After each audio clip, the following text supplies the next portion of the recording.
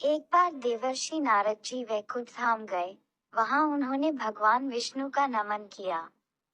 नारद ने श्रीहरि से कहा, प्रभु, पृथ्वी पर अब आपका प्रभाव कम हो रही है। धर्म पर चलने वालों को कोई अच्छा फल नहीं मिल रहा। जो पाप कर रहे हैं, उनका भला हो रहा है। तब श्रीहरि ने कहा, ऐसा नहीं है देवर्षि, जो भी हो रहा है, सब नियति के जरिए हो रहा है। नारद बोले, मैं तो देखकर आ रहा हूँ पापियों को अच्छा फल मिल रहा है और भला करने वाले, धर्म के रास्ते पर चलने वाले लोगों को बुरा फल मिल रहा है।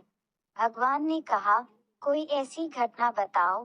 नारद ने कहा, अभी मैं एक जंगल से आ रहा हूँ। वहाँ एक गाय दलदल में फंसी हुई थी। कोई उसे बचाने वाला नहीं था।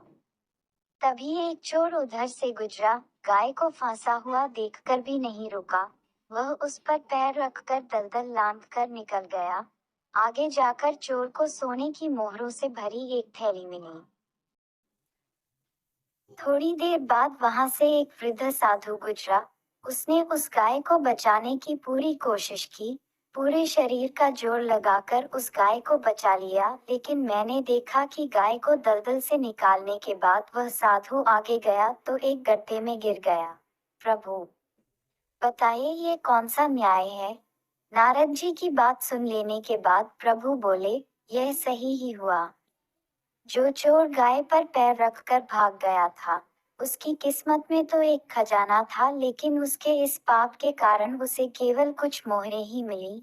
वहीं उस साधु को गड्ढे में इसलिए गिरना पड़ा क्योंकि उसके भाग्य में मृत्यु लिखी थी, लेकिन गाय को बचाने के कारण उसके पुण्य बढ़ गए और उसकी मृत्यु एक छोटी सी चोट में बदल गई।